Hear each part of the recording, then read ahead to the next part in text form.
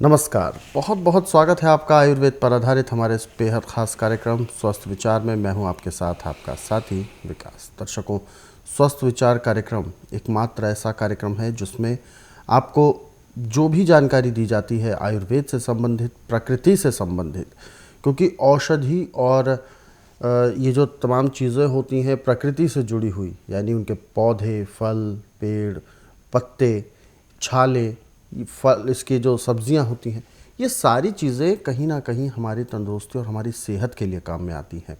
और हर एक चीज़ में औषधि गुण है, लेकिन ज़रूरत है उस सही गुण को पहचानने की और उसका सदुपयोग करने की।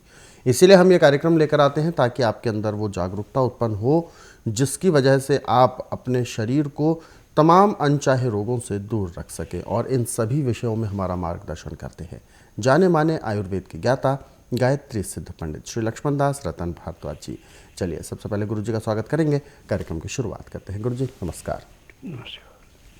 इस कार्यक्रम यानी स्वस्थ विचार कार्यक्रम में आपको बहुत सी ऐसी जानकारी है जो हम पहुंचाते हैं आप तक, और ख़ास तौर पर आयुर्वेद के तमाम वो रहस्य जो शायद आप तक ना पहुंच पाए हों कभी, या आप जिसके बारे में जानते हों, जो बहुत ही दुर्लभ हैं, लेकिन घरेलू तौर पर हम कैसे इस्तेमाल कर सकते हैं उन चीज़ों को जिनको लेकर हम अक्सर जानते भी हैं, समझते भी हैं, ग्रहण भी करते हैं भोजन के तौर पर भी, लेकिन हमें उनके औषधि तत्व नहीं पता। क्योंकि उसका कारण है वो औषधि तत्व हमारे शरीर में बहुत ज़्यादा असर देते हैं। हालांकि हम खाते हैं, अब आप कभी सोचा होगा कि जिन चीज़ों को हम खाते हैं तो उनके गुण भी हमारे अंदर आने चाहिए, लेकिन उनकी प्रक्रिया अलग होती है, तभी उनके गुणों को हम सहेज सकते हैं, उन गुणों को लाभ उठा सकते हैं। तमाम ऐसी ही चर्चा इस कार्यक्रम में भी हम करने वाले हैं।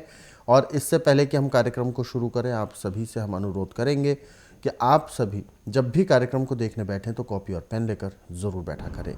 जो भी नुस्खे उपचार आप तक पहुंचाए जाते हैं उनको आप लिख ज़रूर लें। और यदि आपके साथ किसी प्रकार का रोग है, कोई भी शारीरिक कष्ट है, तो सीधे तौर पर आप इस कार्यक्रम से जुड़ें, फ़ोन उठाएं, हमें कॉल करें, या आप हमें व्हाट्सएप के ज़रिए संदेश भेज सकते हैं। आगे बढ़ते हैं कार्यक्रम में और शुरू करते हैं अपने नए विषय पर चर्चा। गुरु जी, आज के इस अंक में हम बात करेंगे बाल तोड़ को लेकर। बाल तोड़ होना एक स्वाभाविक समस्या है। मैं समझता हूँ कि बीमारी के तौर पर हम इसे शायद नहीं भी ले सकते हैं, लेकिन समस्या ये तब बन जाती है क्योंकि हमारे शरीर के किसी भी हिस्से के बाल यदि अचानक से खींचकर टूट जाते हैं तो एक दाना सा हो जाता है, और वो दाना धीरे धीरे फुंसी फोड़ा बनते बनते एक घाव का रूप ले लेता है। बाल तोड़ जैसी जो एक समस्या है, जो वो बिगड़ जाती है तब वो एक रोग या समस्या का रूप लेती है। तो आखिर इसके पीछे क्या कारण होता है कि बाल जैसे टूटते हैं तो वो फोड़ा एक बिगड़ कर रोग के रूप में आ जाता है? तो इसकी वजह क्या होती है?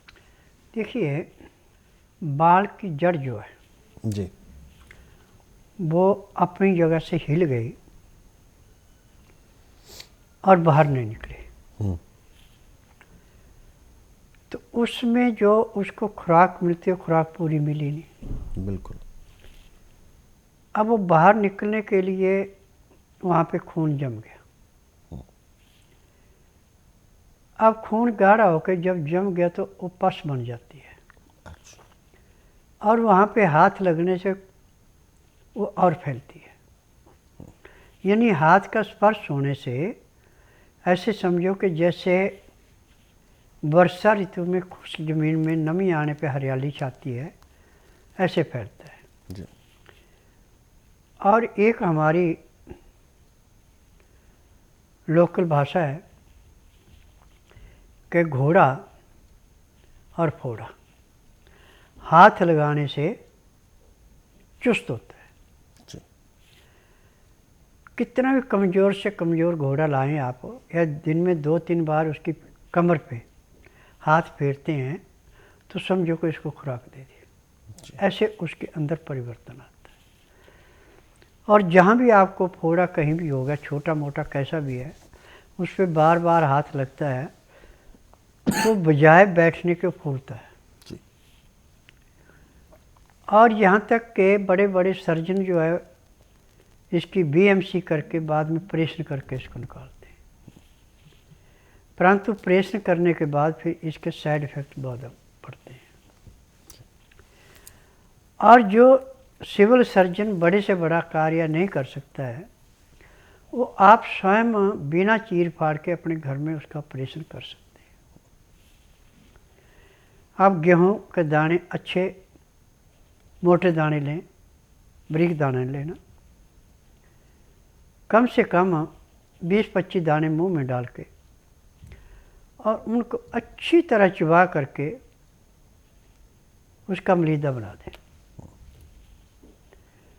तो मुंह की लाल उस गेहूं के दाने के आटे के अंदर मिल के एक किस्म का अमृत बन गया।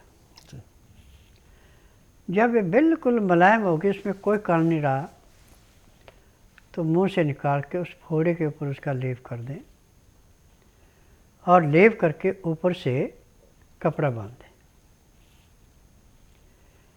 इसके बांधने के आधे घंटे के बाद जो आपको ऐसी चमक लगी हुई थी वो बंद हो जाएगी और दबाने पे जो आपको दर्द महसूस हो रहा था वो नहीं होगा। परंतु 8 घंटे के बाद फिर दोबारा नया तैयार करो और इसको उतार करके हल्के गर्म पानी से बिल्कुल साफ़ कर दें और जो आप मुंह में चबा रहे हैं उसको दोबारा निकाल के उस पर लीव कर दें, कपड़ा बांध दें। तो 24 घंटे के अंदर अंदर जैसे डॉक्टर प्रेशर करके उस फोड़े को निकालता, ऐसे वो लुगदी इसको समाप्त कर देती है। इसके अंदर पस बन जाती है और पस का मुंह जो है बाल का जहाँ से टूटा था वहाँ से मुंह बन के एक अंदर से कील निकलती है। इसके अंदर से कम 1.5-2 इंच लंबी होती है और 1.5 सूत तक मोटी भी होती है।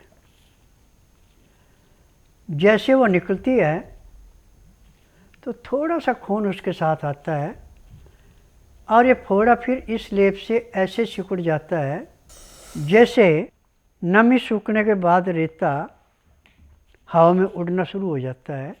ऐसे वहाँ से चमड़ी मुलायम हो जाती है, वहाँ पे जो खून रुका था वो साफ होकर शरीर में भ्रमण के लिए चला जाता है, उसकी पस नहीं बनती जी। ये क्रिया यदि आप 24 घंटे में 3 बार कर लेते हैं, जैसे सुबह 6 बजे, दिन में 2 बजे, रात को 10 बजे, तो दूसरे दिन ही वो अपने आप फट जाता है और फट करके जब उसको साइड से थोड़ा दबाया जाता है तो जैसे पानी गुब्बारे में भरा है उसमें छेद करके आपने गुब्बारे को दबाया, उसकी लंबी धार जाती है, ऐसे पिचकारी मारता हुआ बाहर आ जाता है। और बाहर आप देखेंगे कि इसके अंदर एक साइड में जैसे लकड़ी का कीड़ा होता है, उसको टांगे होती हैं, ऐसे इसके अंदर धारियाँ बनी होती हैं, जो धारियाँ जाके चमड़ी के अंदर फंसती हैं। इसके निकलने के लेप कर रहे हैं तो 24 घंटे में वो जख्मी बराबर हो जाता है और जो सूजी हुई जगह थी वो बिल्कुल मुलायम होके रुई की भांति मुलायम हो जाती है, आपको कष्ट नहीं रहता। परंतु अब इसमें खान पान पे ध्यान देना, आपने चाय नहीं पीनी, कॉफ़ी नहीं पीनी, चीनी का प्रयोग बिल्कुल नहीं करना, नमक सिंधा या काला इस्तेमाल करना, आयोडीन नमक इस्तेमाल नहीं करना, मैदे की चीज़ें, तली हुई चीज़ें, आर्टिफिशियल चीज़ें कोई नहीं। 1 हफ्ते तक उबली हुई सब्जियाँ, उबली हुई दालें, दाल सब्जी के अंदर अपने टेस्ट के लिए लहसुन प्याज अदरक की चटनी और काली मिर्च, जीरा, अजवाइन, दालचीनी, बड़ी इलायची पीस करके उसमें डाल करके खा सकते हैं, आपको नुकसान नहीं करेगी। अब मैदे की चीज़ से हाथ नहीं लगाना। पानी जब पीना हल्का गर्म पानी पीना, पानी के अंदर भी लहसुन प्याज अदरक का रस डालने सोने पे सुहागन है तो लहसुन प्याज अदरक मुंह में डालें, पानी मुंह में भरें, उसको चबाते जाएं, पानी पीते जाएं। एक गिलास पानी पीने में 10 से 15 मिनट यदि आप लगा देते हैं तो पानी भी अंदर जाकर घी जैसा काम करता है। अब इसमें दिन का खाना 10 बजे तक हो जाना चाहिए। खाना खाने के बाद दातन कूड़ा करके 5 मिनट के लिए वज्रासन बैठें। 10 मिनट आप थोड़ी सैर करके 20 मिनट के लिए सब आसन लेट जाएं। 5 मिनट के लिए बाईं साइड करवट लें, 3 मिनट के लिए दाईं साइड करवट लें। इसके बाद उठेंगे, आपके शरीर में इतनी चुस्ती होगी जैसे आप 8 घंटे की निद्रा पूरी करके उठे। अब रात्रि का खाना दिन अस्त होने से घंटा 1.5 घंटा पहले खाना खा लेना। खाना खा के दातन कूड़ा करके 5 मिनट वज्रासन से उठ करके आधा घंटा अब आपको सैर करनी है। इसमें आपने लेटना नहीं है।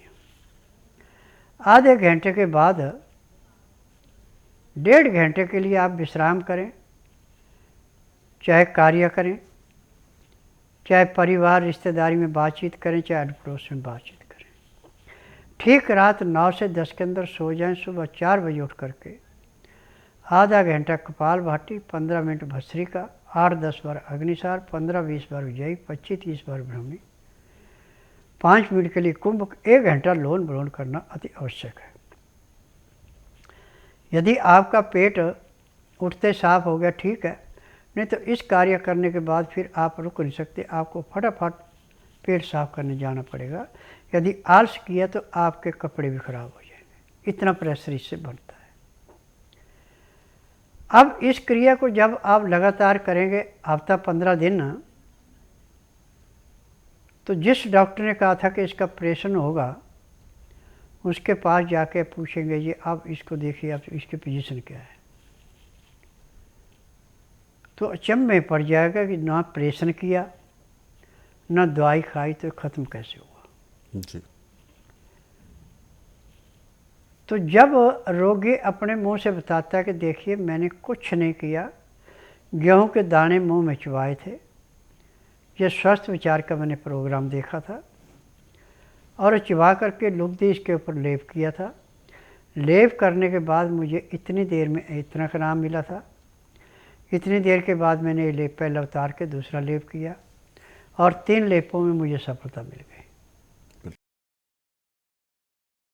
मेरा नाम मोहित सिंघल है, मैं दिल्ली से हूँ, कोटला मुबारकपुर से। पिछले 8 साल से मैं अपने पैरों के रोग से बहुत परेशान था। कई जगह इलाज कराया है इसका, बड़े बड़े हॉस्पिटलों में, बड़े बड़े डॉक्टरों को दिखाया, ऑल इंडिया में भी दिखाया, ऑपरेशन भी कराया 3-4 बार इसका, लेकिन कहीं कुछ फ़ायदा नहीं हुआ। घाव बढ़ता गया, तकलीफ बढ़ती गई बहुत ज़्यादा। बीच में 1-2 बार ठीक भी हुआ, लेकिन वो फिर 1-2 हफ्ते के बाद फिर दोबारा घाव बढ़ गया मेरा दोबारा, और उससे डबल बढ़ गया। और फिर मुझे अब कुछ दिनों बाद जो किसी ने यहाँ के बारे में बताया, बाबा जी के बारे में, तो मैंने, क्योंकि मैं आयुर्वेदिक में विश्वास नहीं करता ज़्यादा, लेकिन किसी ने कहा कि आप बाबा जी के पास जाओ, तो मैंने मन बना के बाबा जी के पास आया, उनसे इलाज कराया। आज अभी मुझे 1 ही हफ्ता हुआ है सिर्फ इलाज कराते हुए, और मुझे काफ़ी फ़र्क है इसमें, पैर में दर्द ख़त्म हो गया है, चलने फिरने में कोई दिक्कत नहीं है, घाव भर रहे हैं मेरे आहिस्ता आहिस्ता। तो बाबा जी को बहुत बहुत शुक्रिया करता हूँ कि उन्होंने मेरा इलाज करा। मेरा नाम वीरेंद्र सिंह है और इसी क्षेत्र का रहने वाला हूँ कि यहाँ पे कार्यक्रम होते हैं जिनके कारण ये समस्याएं जो है दूर हो सकती हैं। आप सब जनों की वजह से सफलता मिल जाएगी। मेरा नाम डॉक्टर वीपी वर्मा है। मैं केमिस्ट्री का प्रोफेसर रिटायर हुआ हूँ फ्रॉम NIT श्रीनगर कश्मीर, और कुछ सालों से गुड़गांव में रह रहा हूँ।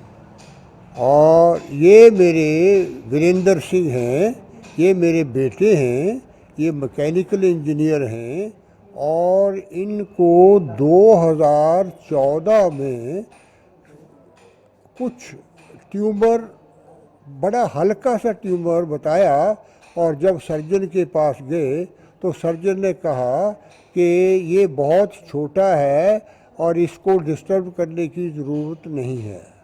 तो हमने लाइटली लिया और हम भी चुप हो गए कि कोई बात नहीं।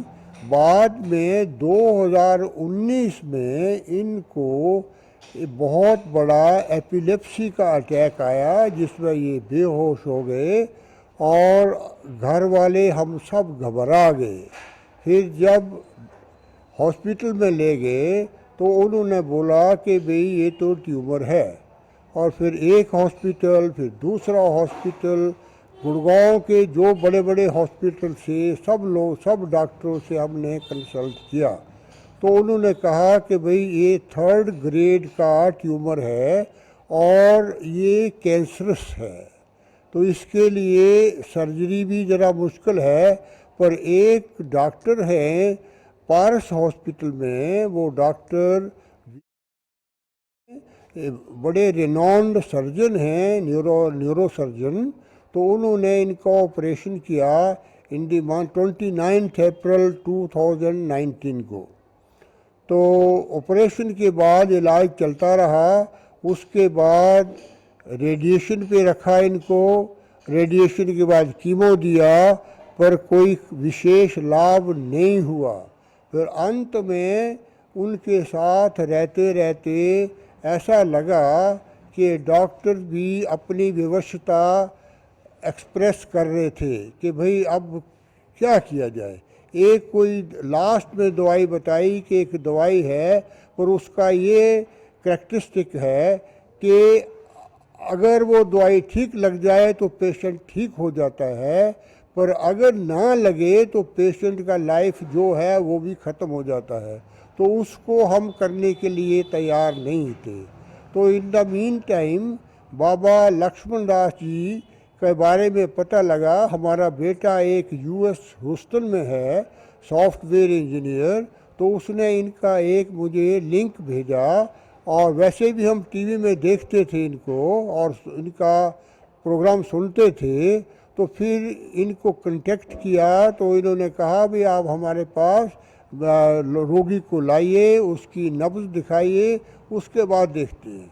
तो इनको नब्ज़ दिखाने के लिए आया और ये बाबा जी ने बड़े प्रेम से नब्ज़ देखी और उनके लिए कुछ दवाइयाँ लिखी और दवाइयों के साथ साथ मालिश के लिए भी हर्बल ट्रीटमेंट दिया। और मुझे कहते हुए बड़ी प्रसन्नता हो रही है कि 23 नवंबर 2019 को हम बाबा के पास आए थे और उसके बाद धीरे धीरे जो बेटा हमारा हिल नहीं सकता था वो अब धीरे धीरे चलने लगा है और इतना ही नहीं अब थोड़ा खाने पीने भी लगा है।